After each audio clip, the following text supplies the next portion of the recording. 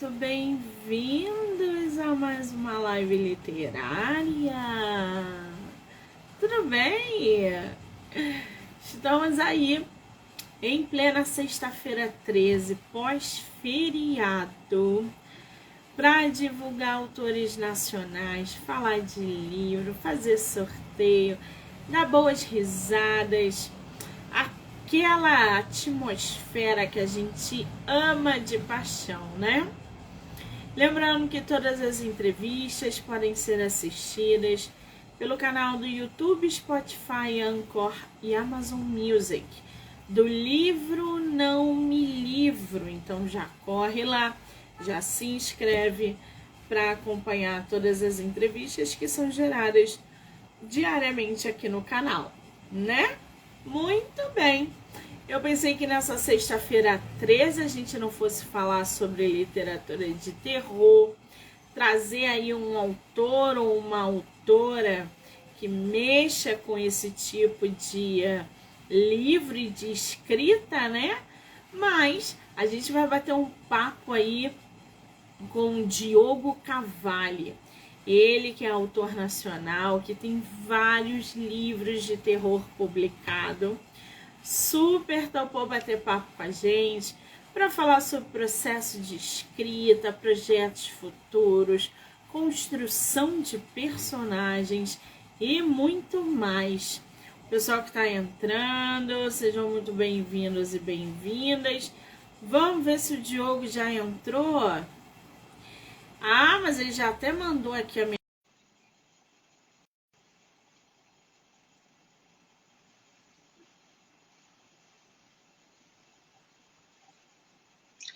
Diogo, querido, você Olá, está me Monique. vendo? Estou te ouvindo. Mas você está me vendo? Não. Eu também não estou te vendo. Isso é bug do Instagram, mas na hora que a entrevista for para as plataformas, nós dois vamos aparecer aqui, tá bom? Tranquilo. Você se incomoda de fazer live assim ou você quer entrar e sair de novo? Não, bem tranquilo. Se a gente quiser fazer assim. Não, aqui eu tô te vendo, mas eu te vejo pelo computador. Tá tudo normal aqui. Não se Beleza. preocupe. Querido, seja muito bem-vindo ao meu projeto do mês de outubro. Muitíssimo obrigada, tá? Eu que agradeço pelo convite. É a tua primeira live literária? É a primeira, já são 7 anos de escrita e publicações, mas a primeira live mesmo. Teve Menino! Você já tá, palestra, teve... você já tá no mercado há tantos anos e nunca fez uma live literária?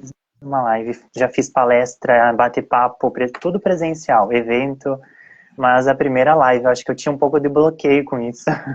Ai, gente, que delícia poder ingressar o nosso autor aí na primeira live literária dele. Que coisa boa. Você é de qual lugar do Brasil?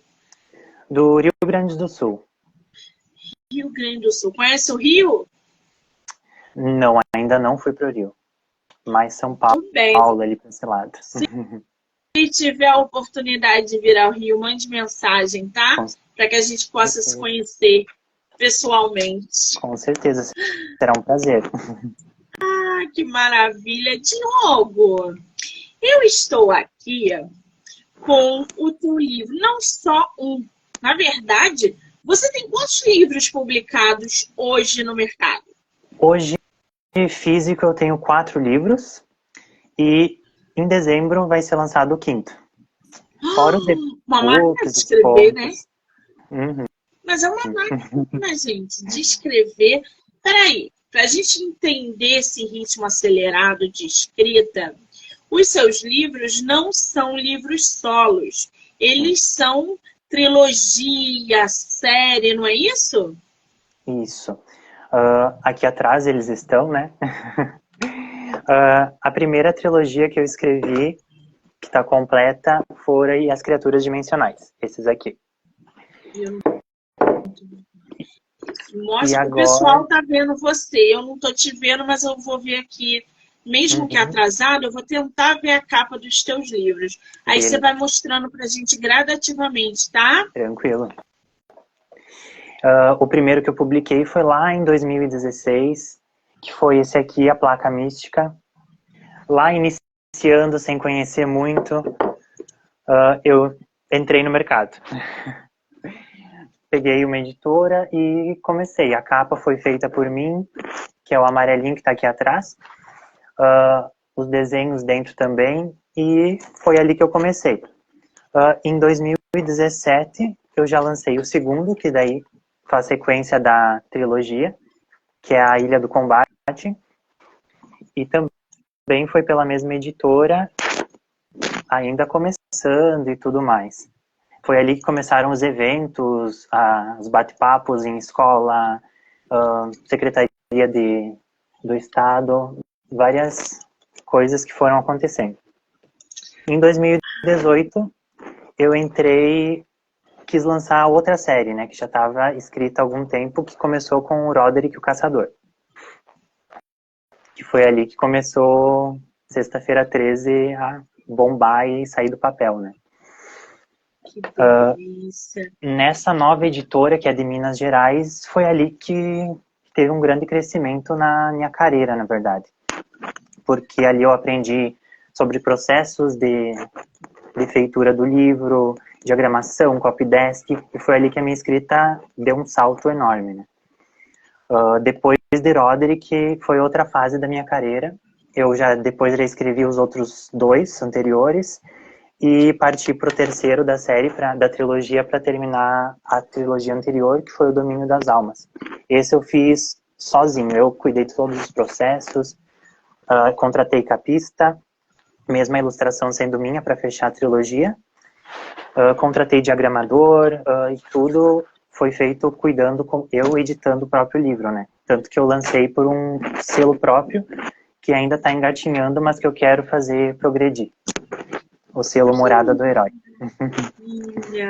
Então, peraí, vamos conhecer primeiro o Roderick. Falei certo o nome dele? Isso. Roderick, o Caçador. Sexta-feira 13, livro 1. Esse é um livro que tem uma capa linda. Aliás, essa capa, esses efeitos especiais na capa estão lindíssimos. Esse você tem físico? Esse eu tenho físico. Uhum. Você mostra pra gente, por gentileza, sim, a capa desse livro? Gente, Roderick, o Caçador. Sexta-feira 13, livro 1. Esse livro fala o seguinte: criado desde muito pequeno por um padre, Roderick comete o maior erro da sua vida ao deixar que seus amigos o convençam a realizar o jogo do copo no interior da igreja que ele cuida. Já esse iniciozinho da história, gente, já é de pegar. Primeiro, a gente tem uma igreja, um padre, um jogo do copo e uma atmosfera já meio de terror. Quem nunca brincou de jogo do copo, gente? Diogo, você já brincou? Na escola a gente falava bastante disso. E eu acho que foi ali que começaram as ideias, né? Sim, mas eu nunca fiz, na verdade. Joguei muito, assim, da galera se juntar no prédio para brincar de jogo do copo. Eu devia ter, sei lá, uns 9, 10, 12 anos. É muito bom, porque naquela época a gente acreditava que o copo ia se mexer, mas sempre tinha um infeliz que mexia o dedo ali. A gente sabia, gente. Mas é uma delícia. É óbvio. Existe um outro jogo, ô Diogo, que é aquela tábua de... Qual é o nome? O Ouija, né? Aquilo ali eu nunca brinquei, não. Sim. Aquilo ali eu tô fora. Uhum. Agora, aqui no teu livro, quem é o Roderick? O Roderick, ele é órfão e desde pequeno ele nunca conheceu os pais. Então ele sempre foi criado por esse padre, que é como um pai para ele, né? E ele é bem ingênuo no começo do livro. Por isso que até um garoto que já estava, digamos assim, um pequeno spoiler, com um encostozinho de outro jogo do copo, né? Ele entra nessa igreja e começa a insistir para fazer esse jogo. E eles acabam montando um tabuleiro. Eles pegam e recortam as letras, recortam o sim e não e colocam lá no chão e pegam um copo consagrado do próprio altar. E é aí que tudo começa, né? Porque as energias sobrenaturais acabam sendo ativadas e vários portais se abrem, começa a sair monstro de todo que é lado, entram em outros portais, quase atacam os garotos, e o Roderick vai ter que assumir o que ele fez, né? Quem é esse menino que entra na igreja procurando, entre aspas, ajuda? O nome dele é Jason, uma referência ali, mesmo sem querer, ao original Sexta-feira 13 do cinema. E ele tá meio transtornado, ele acaba fazendo aquilo sem pensar, né? Ele é um dos amigos dele, do Roderick, mas aqueles amigos que levam pro lado ruim, pro caminho ruim, né? E a gente está falando de meninos de qual idade? O Roderick está fazendo 17 anos. É o aniversário dele. 17 anos. E o amigo dele também está na mesma faixa etária? Na mesma faixa, o grupo. Uhum. Esse amigo e Agora, mais 3. Uhum. essa igreja que você fala aqui, você estipulou se é uma igreja católica, se é uma igreja gótica, se é uma igreja evangélica, se é... Que igreja é essa? Fala desse cenário pra gente. Na verdade, eu me baseio bastante na Igreja Católica, porque aconteceu. Na verdade, a série Sexta-feira 13 aconteceu nesse meio. O primeiro livro, que é o do Roderick, vai ter o padre mais idoso, que é uma figura que eu me baseei lá na minha cidade também. Daí tem depois os próximos livros também vão ser nessa vibe. O segundo vai ter um padre mais jovem. O terceiro livro vai ter um convento. E é tudo meio nessa vibe, assim. A igreja é católica com vários vitrais, aqueles vitrais bem góticos, coloridos, que até quando acontece o evento acabam estourando, toda aquela coisa de cinema, assim. Nossa Senhora. Você sempre escreveu terror? Na verdade, foi o primeiro nesse estilo. A outra trilogia, ela é mais infanto-juvenil, assim, ela trabalha também... Todos os meus livros trabalham com portais e viagens entre dimensões e coisa, tanto que o Roderick e o Raiden, do outro livro, eles se encontram em um crossover, em uma dimensão juntos. Então sempre teve essa vibe, mas os outros são mais leves. Muito bem. Continuando aqui, uma sexta-feira 13, ou um copo consagrado, um corte acidental, uma gota de sangue sobre o tabuleiro. Abrem um portal para Mitchell, a dimensão dos monstros, e com isso lendas há muito esquecidas ressurgem diante dos olhos dos garotos. Ô Diogo, fala pra gente um pouquinho sobre esse portal para Mitchell. Eu acho que é assim que se pronuncia, se não for, me corrija, por favor. Isso mesmo. Mitchell é uma dimensão prisão. A origem da história que eu me baseei de Sexta-feira 13 era ouvir do meu pai, que ele sempre contava que antigamente, lá, quando ele era pequeno, eles falavam bastante das visagens, das assombrações que apareciam. Daí ele sempre contava de várias situações que aconteciam e eu acabei juntando várias coisas e transformando no livro. Não daquele jeito contado, mas misturando toda a fantasia e ficção necessária. Mitchell acabou sendo a prisão que, como eles contavam antigamente, teve esse período que teve esses monstros, depois teve um grupo de padres que acabaram expulsando as criaturas do plano físico para essa prisão. Junto com o grupo de padres estavam os pais do Roderick, que foram sacrificados para fazer essa tarefa. Então lá é uma prisão, é bem horrendo, assim, eles acabaram jogando todos os monstros lá. A gente tem aí uma mistura de exorcismo com Constantine, a gente tem uma galera aí misturada.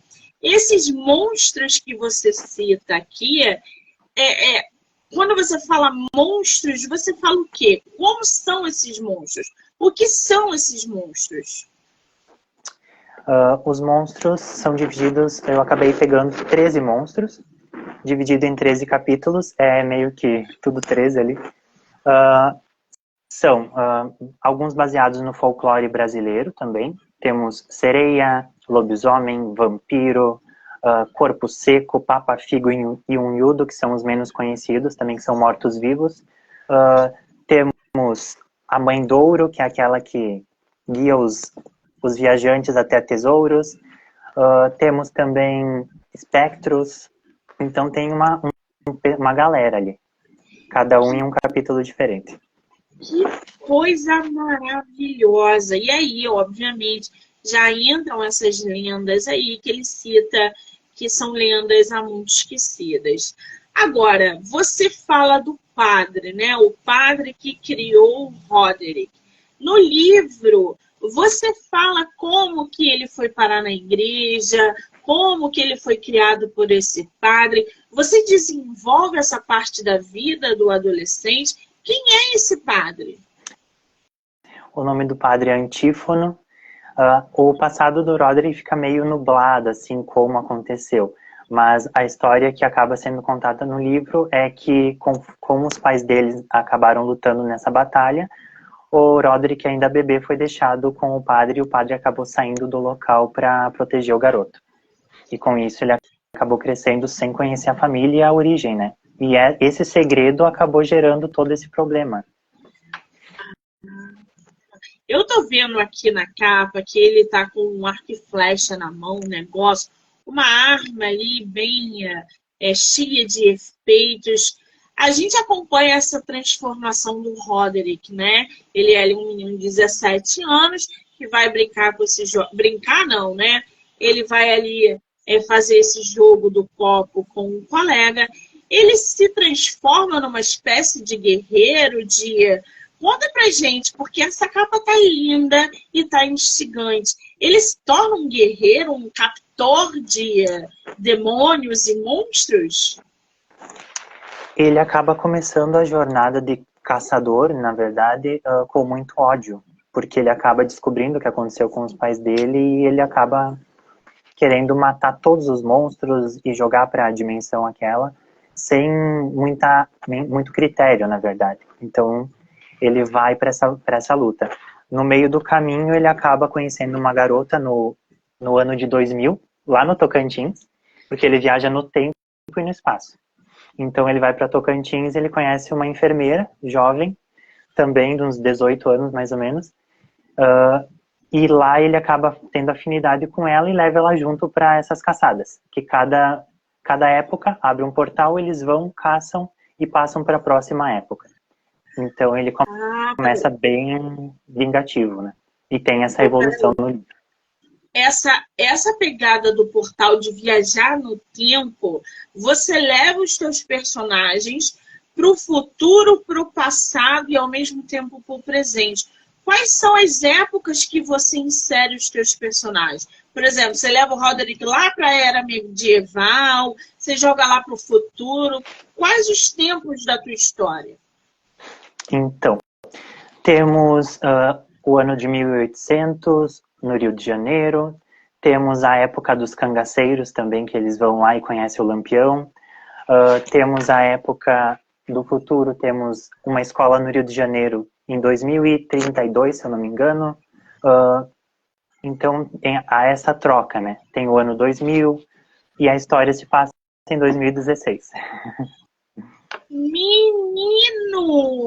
Você pode separar o meu exemplar aí, por gentileza, porque eu quero ler o seu livro e quero ler no livro físico, gente. Não aceito ler um conteúdo desse no digital, assim, tão fácil, não. Lembrando que o e-book do nosso autor está no Kindle Ilimitado. Eu vou mandar aqui para vocês o link para que vocês possam acessar e com vantagens o livro do nosso autor. Vou mandar aí para vocês. Espera aí.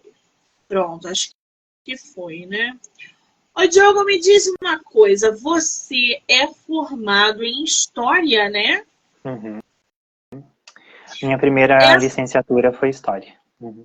Essa tua bagagem acadêmica acaba interferindo diretamente na criação das tuas histórias? Eu acredito que sim, porque é algo que vem desde os outros livros. História, arqueologia sempre me interessou, eu acho que foi a matéria que eu mais me instigou na escola. E com isso eu acabei usando, porque para fazer livro e livro histórico tem que ter muita pesquisa para não ficar muito nada a ver, né? Porque ali o Roderick também vai para as grandes navegações, então o descobrimento do Brasil é bastante coisa para se colocar no livro. Então tem que ter um pouco de coerência, né? É verdade. Porque se não tiver embasamento, não adianta. Não passa credibilidade para os leitores e eles acabam não confiando naquilo que você escreve. Estou impressionada. Bom, após serem banidas deste local sagrado. Antes de eu continuar aqui, o Diogo falou da menina, né? Lá em Tocantins, onde ele se envolve. Qual é o nome dessa menina? O nome dela é Over. É um nome bem diferente, assim. Na verdade, o nome dos meus Over. Na verdade, o nome dos meus personagens vem do nada. Então, eu estou escrevendo e vem o nome, eu coloco. E, por coincidência, o nome dela tem um significado por trás. Porque é baseado num termo de biologia. É e é spoiler se você falar? Eu acredito que não, porque o pessoal não vai saber muito bem o que significa mesmo. Mas é crossing over. Então, se tu for pesquisar, é um termo de biologia que fala de alguma coisa genética. Digamos assim. E qual é o papel dela na tua história? Ela vai acompanhar ele e mudar a mentalidade dele. Então, ajudar ele a entender que nem todos os monstros são ruins. Às vezes, os piores monstros também são os seres humanos, como na ditadura.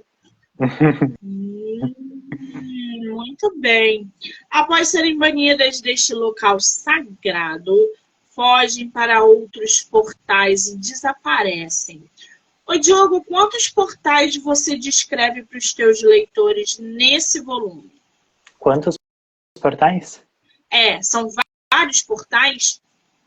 São vários, e cada um tem o seu formato específico, na verdade, característico do monstro que vai ser banido. Daí, algum é lua cheia, outro é uma moeda gigante, outro é um rodamuinho, então eles variam um pouco. Entendi. No entanto, a verdade era outra. As criaturas mantinham-se soltas entre o passado e o futuro, ou seja, pontas soltas em uma linha temporal existente entre os portais, que a qualquer deslize poderia ser mudada, comprometendo o destino de toda a civilização. O Diogo, o que você quer dizer com essa parte da tua história? O que são essas pontas soltas em uma linha temporal que acontece ali entre os portais que podem mudar e comprometer o destino da civilização? Então, um dos exemplos que eu posso colocar é a assinatura da Lei Áurea. Pois a história ela intercala e coloca os reflexos que está acontecendo no presente, né? Então, o padre idoso ele tem uma ligação psíquica com o jovem caçador. Então, às vezes, eles têm uma troca de informações.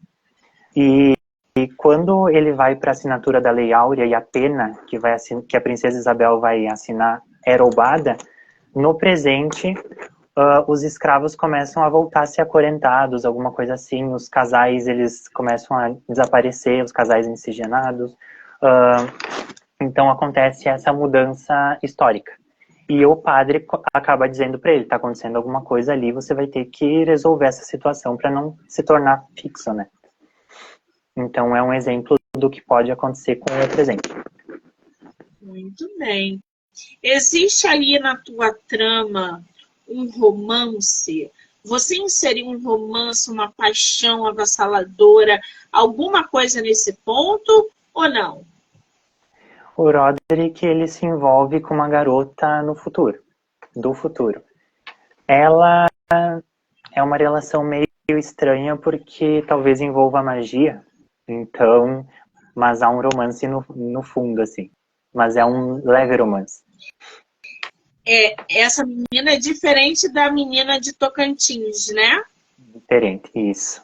Todo mundo shippa ele com a Over, mas não sei se vai acontecer, né? Talvez no futuro, nos próximos livros. Muito bom isso. À mercê de monstros sanguinários que espreitam tanto na luz quanto na escuridão, Roderick encontrará ajudas bem inesperadas que exigirão dele muito discernimento em qualquer decisão que tomar. Ô Diogo, existe algum personagem na tua história que você não cite diretamente ou indiretamente na sinopse do teu livro? Sim. Duas dessas ajudas eu acabo não citando na sinopse, né? Que são duas criaturas que vão se mostrar boa e vão ajudar ele. Que também vão estar presentes no livro 1.5, que é o próximo que eu vou lançar. Esse aqui, o Roderick, é o primeiro livro de quantos livros? De uma tetralogia de 4. Fora o livro extra. 4 livros mais um. Entendi. E esse dessa série é o único publicado? Ou o 2, o 3, o 4 já estão disponíveis? Esse é o único publicado e o 2 já está escrito daí. E tem previsão de lançamento?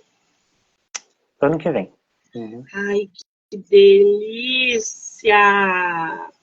Agora, com esse primeiro volume, né, de Sexta-feira 13, o que os leitores podem esperar dessa trama?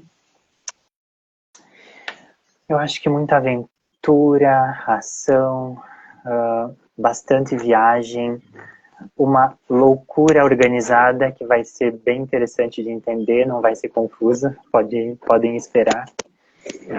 E eu acho que é isso, divertimento, história, tudo junto e fazendo sentido ali pro produto final. Que delícia!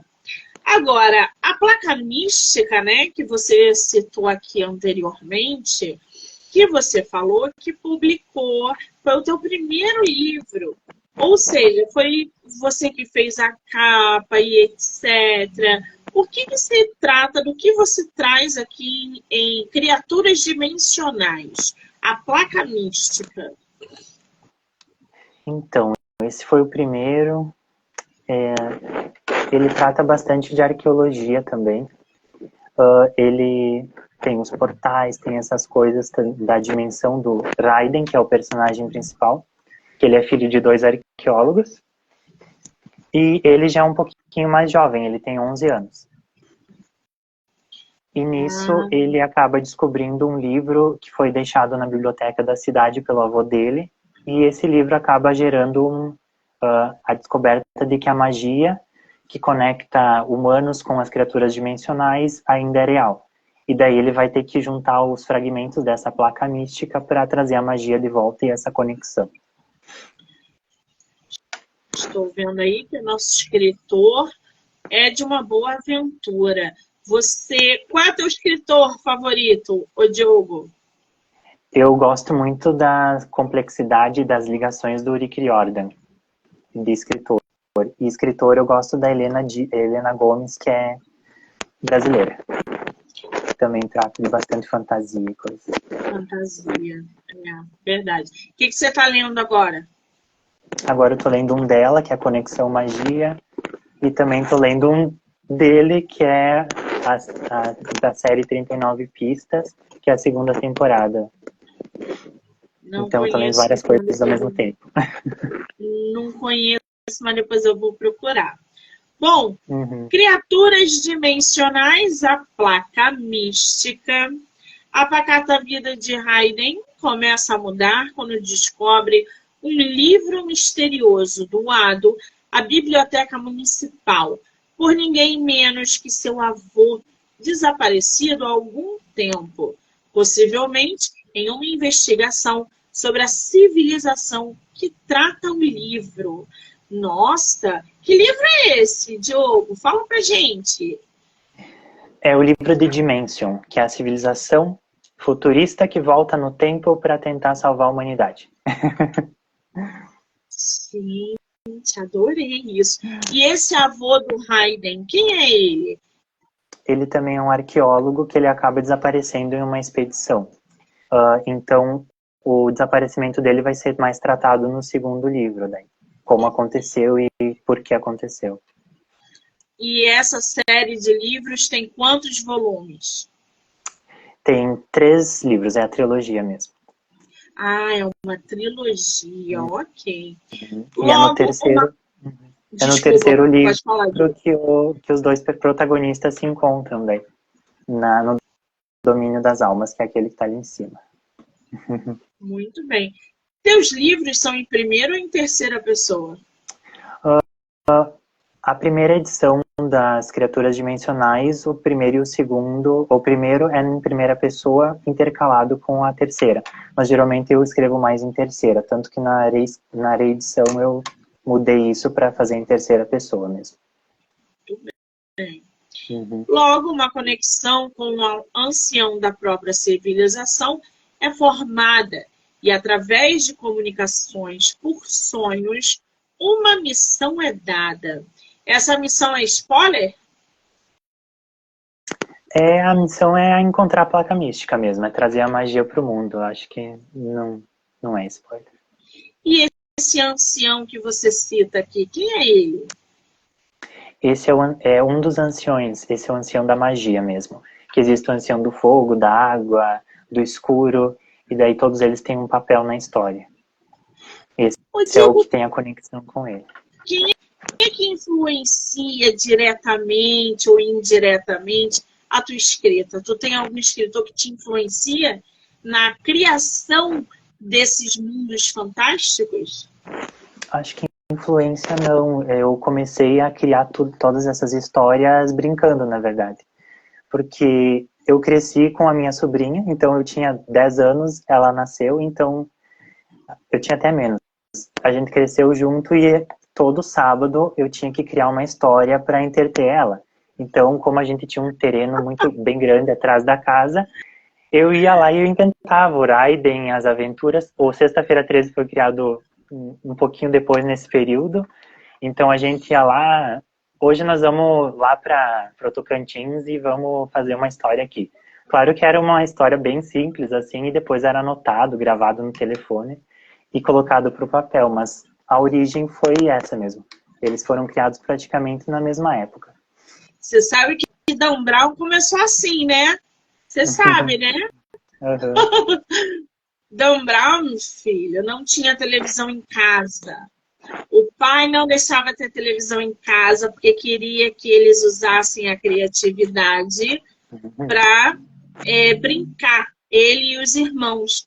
Então, Dan Brown começou a criar histórias para entreter os irmãos através de...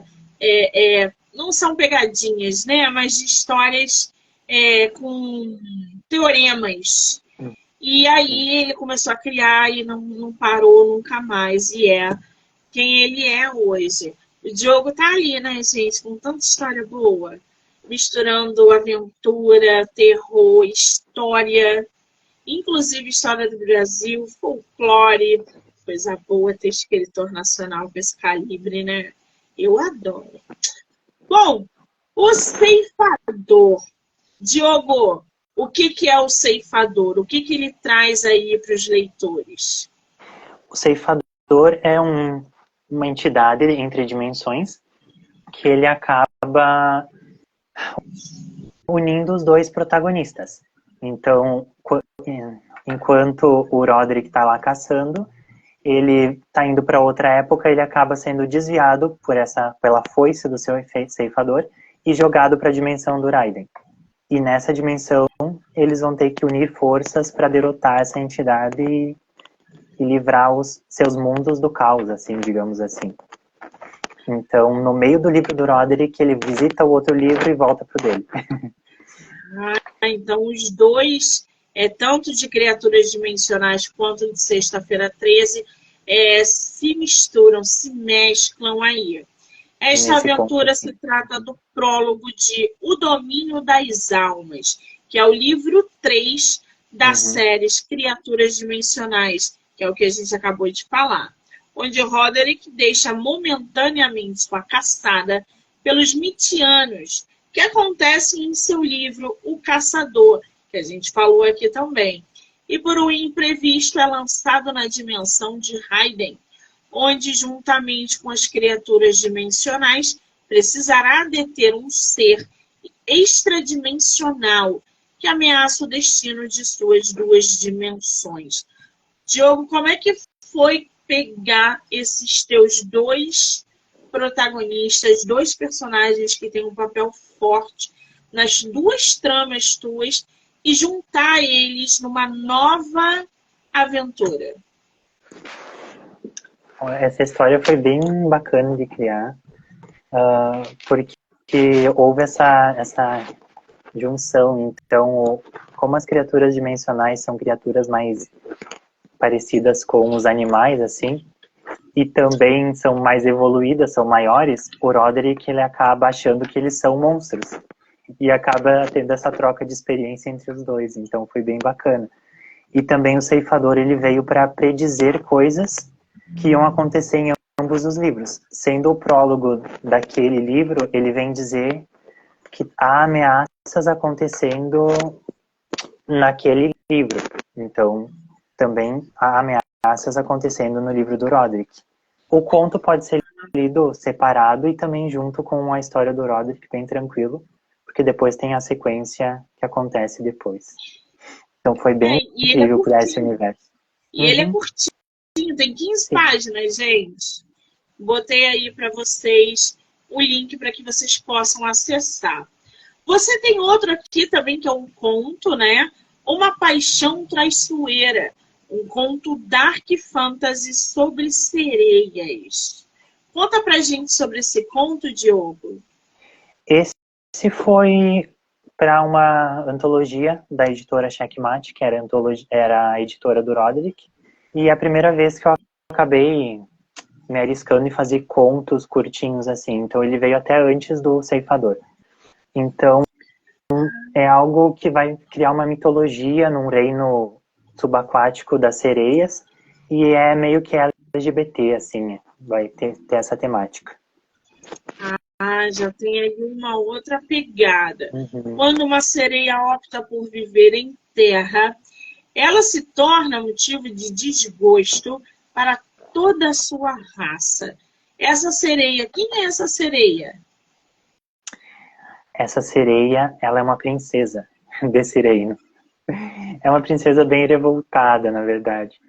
E ela está em processo de se casar com uma outra criatura do mar, e ela toda revoltada, ela acaba fazendo coisas que não deve, né? Então, como é curtinho, não dá pra falar muita coisa pra não Senão vai dar contar spoiler, tudo. Né? Essa capa tá linda. Você tem ele físico aí? Não, né? Esse eu tenho só junto na antologia daí, que foi lançada a física. Depois que acabou o contrato, eu acabei criando essa capa eu mesmo e lancei na Amazon, para ter ele como e-book. Muito bem. Vocês podem ver a capa desse conto lá no site da Amazon. Tá uma capa lindíssima também, uma pegada bem sombria. Isso já ocorreu há algum tempo no reino submerso de Absidia. Falei certo, gente? Me corrija. E a vergonha recaiu por todo o reino, cerrando as bocas dos habitantes que juraram nunca mencionar o nome da traidora. Qual o nome dela, Diogo? Pode dizer? Acho que não, porque senão eles vão descobrir quem é. Então não diga, não dê spoiler pra gente. Não faça isso. O nosso autor também tem outro livro publicado, chamado O Castigo do Saci, Sexta-feira 13, conto 2. E na capa a gente tem uma espécie ali de Ogã, né, gente? Eu acho. Menino, como é que nasceu o Castigo do Saci?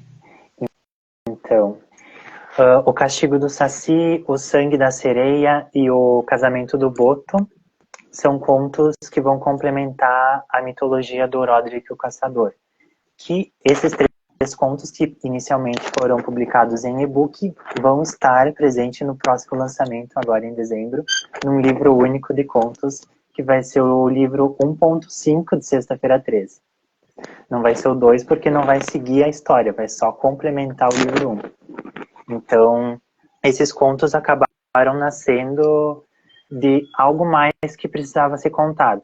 Então, no caso do Castigo do Saci, a gente vai contar a história dele quando ele saiu do portal da igreja e foi para uma época do passado, a origem dele, porque ele chega nessa época, lá no tempo da escravidão, com 2 pernas, e daí ali no conto vai mostrar como ele ficou com uma perna só, como ele encontrou o Xangô, que é o deus que está na capa do livro, qual é o castigo que ele vai ter que enfrentar, e no conto do Saci vai intercalar com os eventos que acontecem no livro do Roderick. Então, as partes que o Saci participou vão ser contadas em primeira pessoa por ele mesmo. Nossa, que delícia!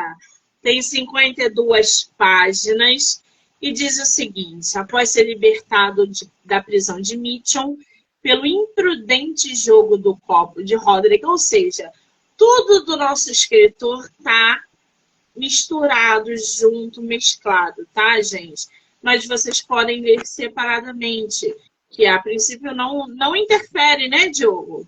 Não, cada um tá bem explicadinho o que precisa ser contado ali, para entender. Muito bem.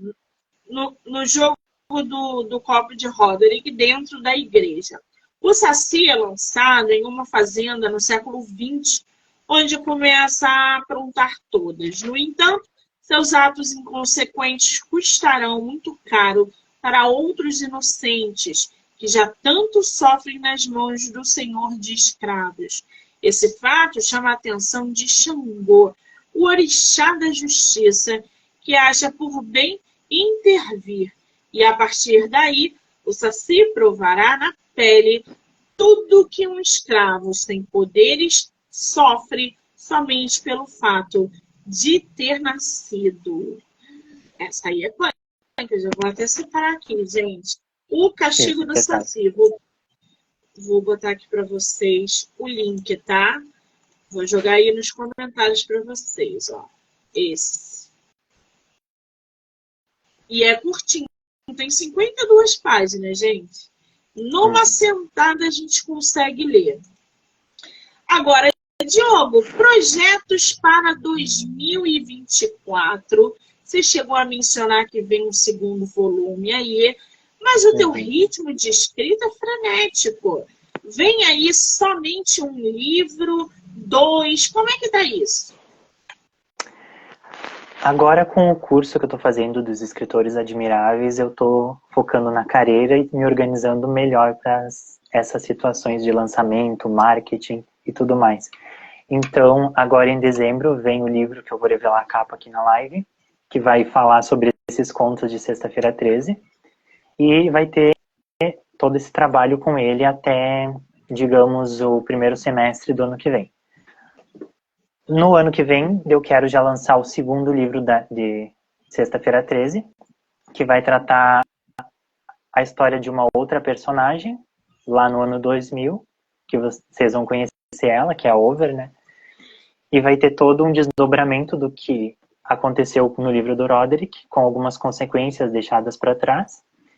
E eu estou em processo de escrita do terceiro volume, que também vai focar na Gemma, que é a outra personagem do livro do Roderick, que vai ter uma história solo, em 1970, no Convento das Freiras. E também depois tem outros projetos, tem livro infantil também que eu quero escrever, tem um outro livro também que está em projeto, mas é tudo aos poucos que eu vou colocando. Tudo vagarosamente, calma. Agora, livro infantil. Como é que vai sair desse terror, dessa aventura, dessa fantasia para escrever algo infantil? Como é que você consegue fazer essa mutação, gente? Vai ser uma experiência nova, na verdade. Vai ser um Vai ser... livro que vai tratar de autoconfiança, poder pessoal da criança, então vai ter uma pegada assim, bem o que está em alta assim no momento. Que como eu trabalho numa livraria, a Cia da Leitura, eu acabo vendo bastante interesse dos pais nessa pegada mais emocionária, mais essas coisas assim, para lidar com os sentimentos das crianças. E veio um insight de fazer um livro nesse sentido, né? É claro que ele vai ter ligação com todo esse cavaliverso assim que eu criei. Ele vai ter uma relação com outro livro mais infanto-juvenil, digamos assim, jovem adulto, que vai tratar do garoto depois adulto, mas isso vem depois. São só projetos. Ah, muito bem. Qual é a faixa etária dos teus livros?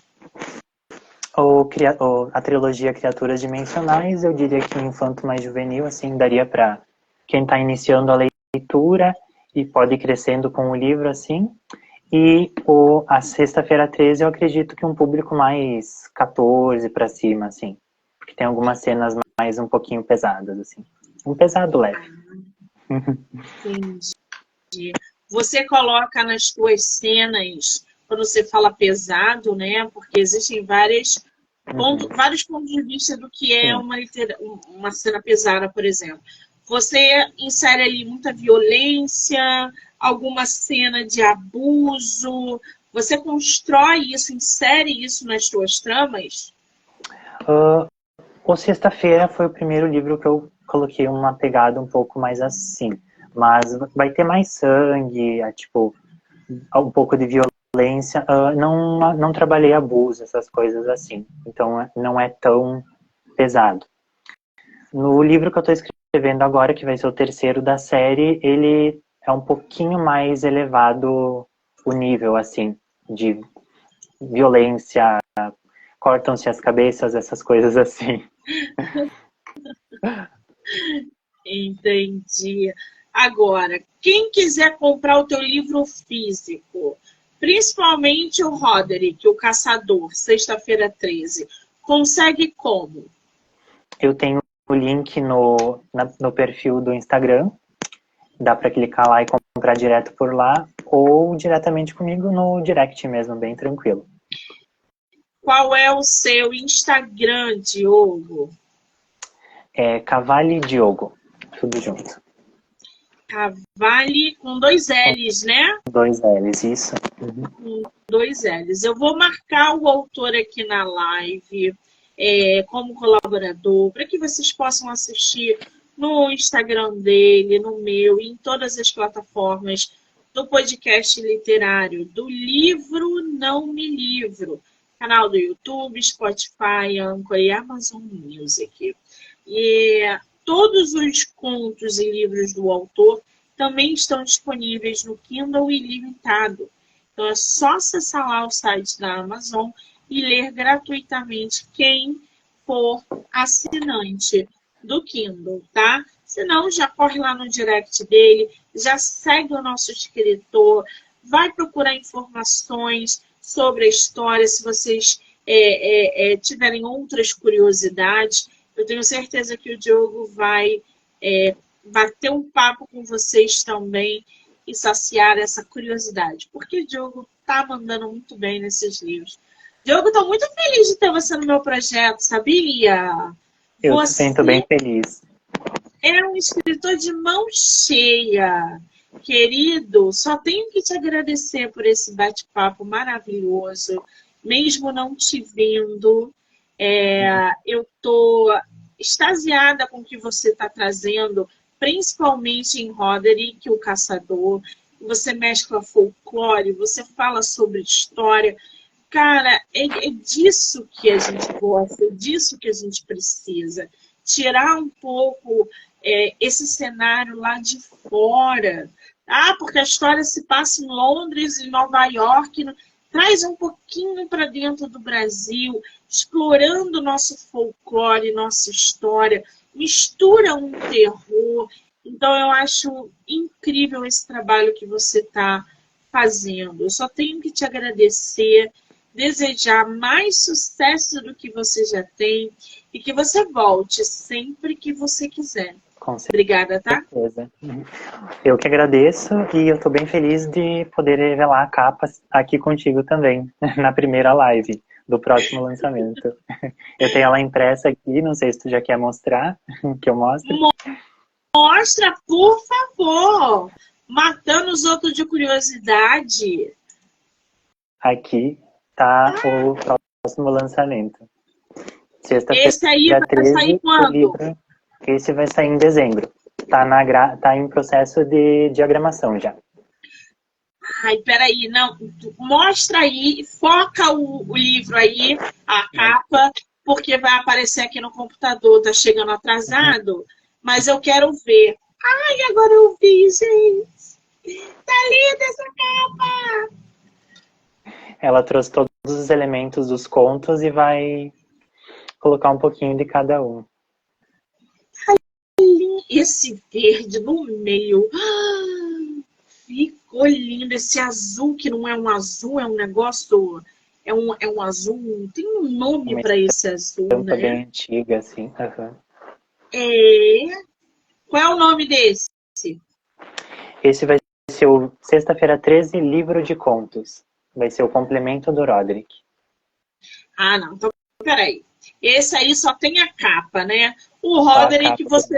você tem ele todo. Lê pra gente do Roderick, Diogo, um trechinho. Pode ser do início, do meio, do fim. Já vou pegar para vocês. Tá lindo. Enquanto isso, tu que não gostaria de ler a sinopse do livro de contos? Qual é a sinopse? Você me mandou? Ah, me mandou a da sereia? Uhum. Não, né? Você não Esse me daí mandou, ele vai Diogo. tratar. Eu posso falar para ti. Esse vai mostrar que os monstros, eles ainda estão entre nós. Então ele vai falar tudo aquilo que eu acabei te dizendo antes, vai trazer um pouquinho de cada história que acabou se tornando real e criando sua própria história, porque personagens eles acabam nascendo e tomando conta da própria vida, né? Então no Roderick eles tiveram a sua origem e agora eles têm sua vida, alguns estão casando, outros estão vivendo junto e vão se desenvolvendo. Ah, eu peguei aqui, ó. Quando Uhum. personagens se Isso. destacam em um livro, novas aventuras sobre eles são inevitáveis, pois eles tomam o controle de suas narrativas e esta se estende para antes e depois do livro original.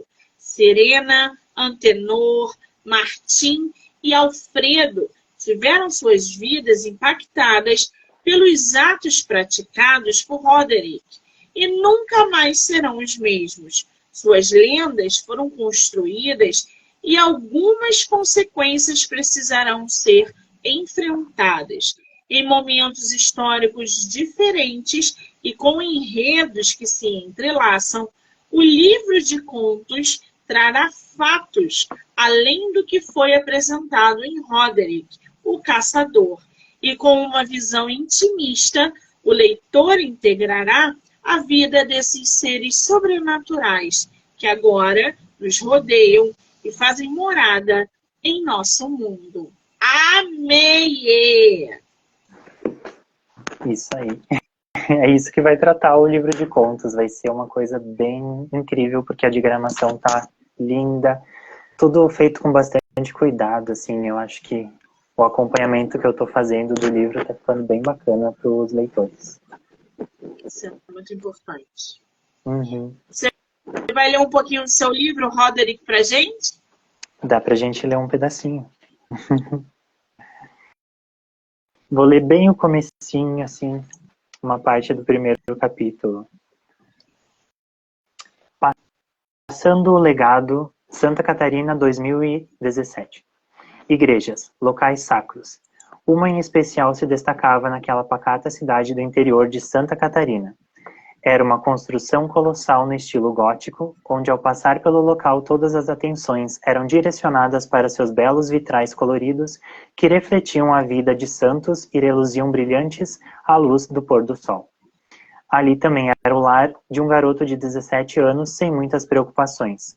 Roderick era um rapaz normal, alto e de corpo atlético, olhos castanhos, sensíveis à luminosidade, e de cabelos pretos sempre bagunçados. Este fechava as espessas portas da igreja após ter terminado uma suada faxina rotineira, a qual era realizada fielmente todas as sextas-feiras. E é ali que começam a chegar os amigos e fazer toda a confusão. Aí desenrola a trama. Muito Isso. bem. Ai, Diogo, agora sim, eu acho que, né? Foi com chave de ouro você lendo Isso esse aí. trechinho pra gente. Querido, muitíssimo obrigada mais uma vez, tá? Eu que agradeço. Quero agradecer a todo mundo que entrou, que saiu, que ficou aqui com a gente. Dizer que hoje tem bate-papo até 11h30 da noite e já já eu volto. Diogo, um beijo, amor, obrigada. Tchau a todos.